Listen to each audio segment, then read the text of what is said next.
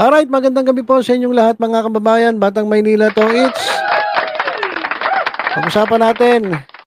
Ito pong lumabas na latest Publicus Asia 2025 Senatorial Elections Survey. Kung gaganapin ngayon ang eleksyon sa pagka-senator, sino-sino ba ang pasok sa top 12? Ang top 1 ay walang iba kundi si Doc Willie Ong. At ang pangalawa ay si former President Rodrigo Roa Duterte. Ayan mga kababayan, ito po, nasa listahan natin ngayon. Dito po sa ating screen ang table. Kung saan makikita natin itong mga napili ng ating mga kababayan dito sa ginanap na Publicus Asia 2025 Senatorial Election Survey. Ayan mga kababayan, number 1, Doc Willie Ong. Alam niyo mga kababayan, itong si Doc Willie Ong, dapat matagal na nating iniluklok to eh. Ito yung ito yung mga kandidato na dapat inilalagay natin sa pwesto.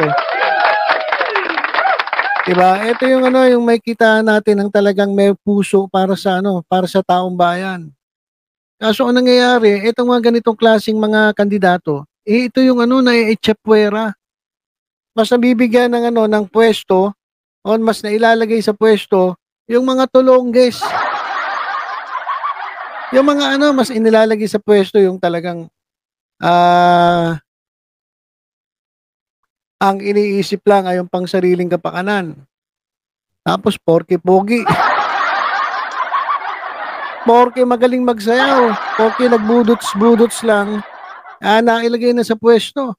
O, tapos yung iba naman, siya pa bad boy ang dati, na ilalagay na sa pwesto. Diba? Kaya ang nangyayari ngayon, sising-sisi ang taong bayan sa nangyayari. Binoto-boto nyo, tapos ngayon nagkakalat lang sa Senado. Ang dami ngayon dyan, mga grabe mga kababayan, mas pinapriority yung yung kapakanan ng mga kaibigan kaysa sa kapakanan ng mas nakakarami, kapakanan ng taong bayan.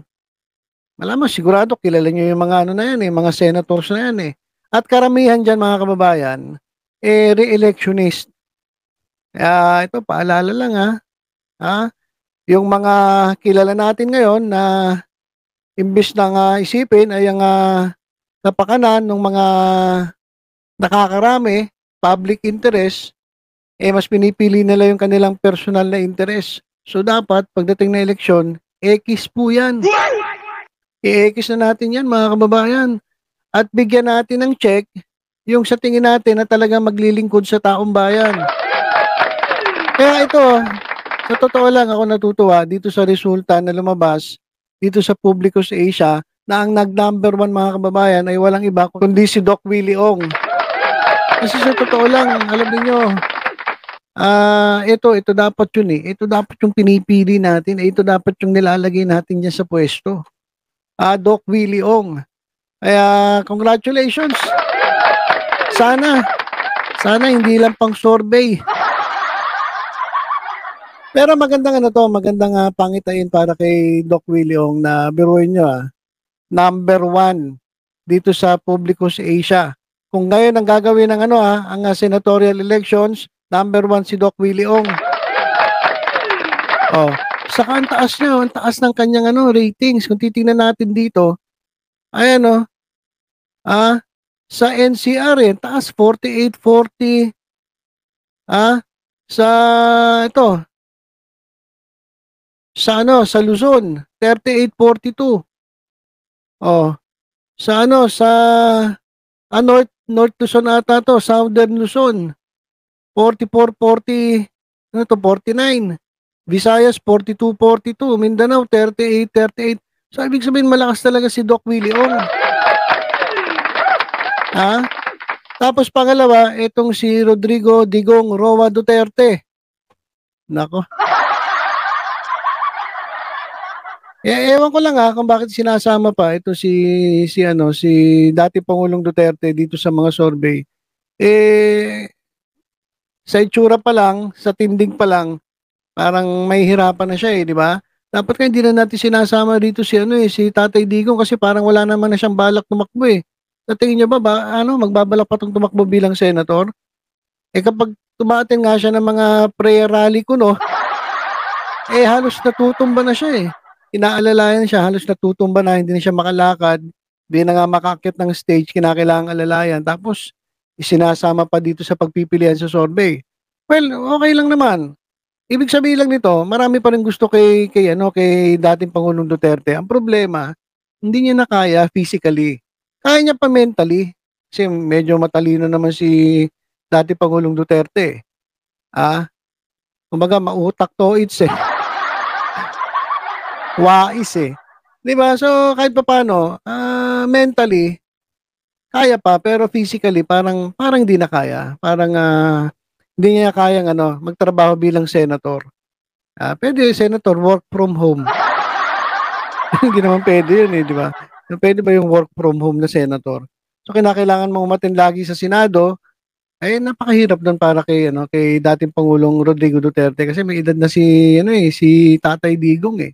So, siguro pahinga na lang at, enjoy yung, nalalabing, mga panahon sa buhay niya with his family, 'di ba? Yun naman ang, gusto natin kumbaga tapos na siya sa pulitika. Hayaan na niya yung mga anak niya, halos lahat naman, nandiyan na sa pulitika, 'di ba? So, number 2 Duterte, pangatlo Erwin Tulfo. Ayan, Erwin Tulfo naku ano 'to, talagang, medyo malakas pa rin ang dating ni Erwin Tulfo. Sa ibang survey number 1 si Erwin Tulfo, eh. Pero dito sa Publicus Asia, pangatlo lang si Erwin Tulfo. Tapos pang-4 Christopher Bongo. Ayan si ano ba 'to, Malasakit, si Mr. Malasakit. Ito netong Holy Week nagpa-epal din 'to. Meron akong nakita, dun sa mga kalsada makikita mo, "Mag-iingat po kayo." Yung mga gano'ng style ba. Alam niyo na malapit na naman eleksyon, kaya medyo nagpapapogi itong mga ito, 'di ba? Yung ano, "Ingat kayo sa biyahe." 'Di ba, nakita niyo ba yung mga tarpaulin na naka diyan sa gedli-gedli ng kalsada? Ayun yung ano, yung ginawa ni Christopher Bongo, para naman na alam niyo na, malapit na ang eleksyon, medyo papansin na. Okay, so pangilan ba 'to? 1, 2, 3, 4, pang-5, Vicente Tito Soto III. Dating, Senate President Tito Soto, 'yan sigurado 'tong, pasok ito, mga kababayan. Kasi halos lahat ng survey makikita mo si Tito Sen, pasok siya sa top 12. O sumunod naman si Panfilo Ping Lacson, ito yung alam mo sa totoo lang, ito yung mga dapat nating pinipili, eh. Kaya sana 'no, sana medyo magising-gising na tayo at 'wag na tayo pumili ng mga tulongges, lalong-lalo na yung tagapagtanggol ng kriminal. Naku, 'wag na po natin pipiliin 'yan, mga tagapagtanggol ng kriminal. Yung mas pinipili pang ipagtanggol yung kanilang kaibigan kaysa sa interes ng bayan. Marami dito, may nakikita ako rito. Ang dami rito, eh. Sino-sino ba 'yon? Mamaya papaalala ko sa inyo bago tayo magtapos. Nakita ko sila, dami dito, eh. Ito nga, oh, Ronald Bato de la Rosa. Pasok, pagkatapos si Ping Lacson, si de la Rosa. Tapos meron pa, Maria Imelda Aimee Marcos. Yan. Ito yung mga mapagmahal sa kaibigan, eh. Ang problema lang, okay lang makipagkaibigan. Okay lang naman yun, eh. Mahalin mo yung kaibigan mo. Pero, pag alam mo na medyo may ginawang kalokohan yung kaibigan mo, kung talagang kaibigan mo yan, wag mong i-tolerate yung katarantaduhang ginawa. Dapat hayaan nyo na siya'y humarap dun sa hustisya. Patunayan niya na wala siyang sala, hindi yung haharangin ninyo, porke kaibigan ninyo, porke nakinabang kayo, hahayaan, ipagtatanggol ninyo, itatago ninyo. Nasaan na ba 'to? Nasaan na ba si Kibuloy? Ilan na, lampas-lampas na yung deadline na dapat nahuli na ng Sergeant at Arms at ng Davao Police ito si Kibuloy, pero hanggang ngayon wala pa rin. Marami kasing kaibigan 'to, eh. Kaya iba talaga 'no, kapag mahirap 'yan, alam niyo, matagal ng kulong 'yan. Sigurado, kung mahirap yan, matagal lang kulong yan. Pero dahil nga big time at ma-impluwensyan tao, ayan, wanted na, meron ng warrant of arrest, wala. Namamasyal, ayahay pa rin ang buhay. Sumunod, Francisco Isko Moreno Domagoso. Ayan yung mga yung mga dapat na inilalagay natin sa pwesto. Sabihin ng iba, bias ka naman. Alam naman namin maka-isko ka eh. Kaya pag isko na babagit, tuwan-tuwa ka. Ito lang naman sasabihin ko sa inyo eh. Mas gugustuhin ko pa si Isko kaysa dyan sa iba na ang piniling paglingkuran ay yung kaibigan nila, iisang tao lang at pinagbibintang ang pangkriminal. Mas pipiliin ko si Yorme. Kaysa dyan sa mga nagtatanggol ng ng mga human trafficker, abuser. Mas pipiliin ko talaga yan si Yorme. Gusto niya piliin ko si yan ang gusto niyo? Robin Padilla? Bato de la Rosa? Yung mga kumakampi dyan kay Kibuloy? Hindi na, uy. Kaya sa totoo lang mga kababayan, doon tayo sa issue.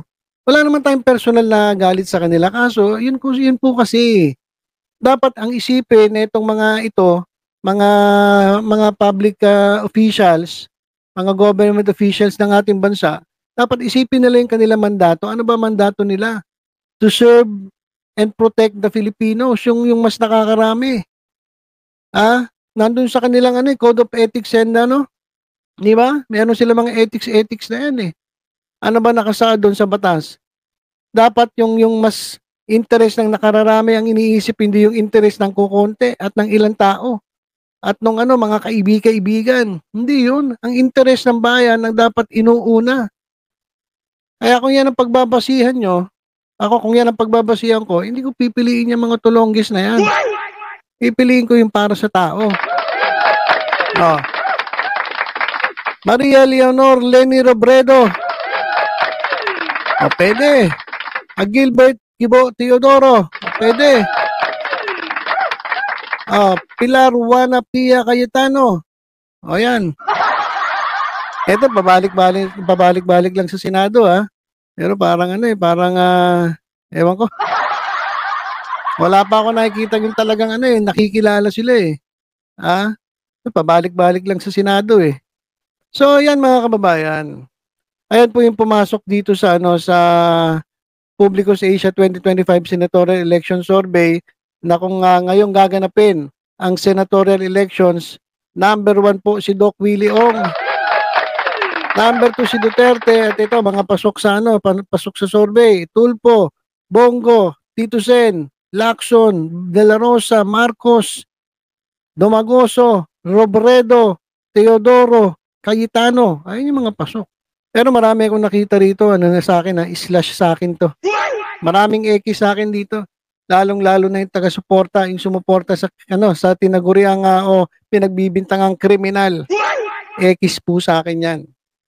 Alright, so ito, marami tayong mapipiling magagaling dito at talagang maglilingkod sa taong bayan. At meron din dito mga tulongges na dapat ini-ekisan.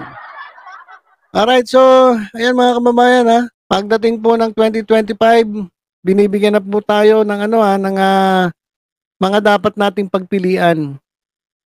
At sana, wag tayong magpatulongges, wag na po tayong magpabudol. Nakikita na po natin yung nangyayari ngayon sa bansa natin. Ang dami po mga tulongges na nandyan sa Senado. Dapat sa susunod, tanggalin na natin yung mga yan. X na po natin sila. At yung mga talagang naglilingkod sa tao, para sa interes ng mas nakararami, public interest more than self-interest, ayun po ang dapat check. Diba? So ilang mga kababayan, tutok-tutok lang sa Batang Maynila Toys sa iba pang updates. Ingat po tayong lahat. God bless po.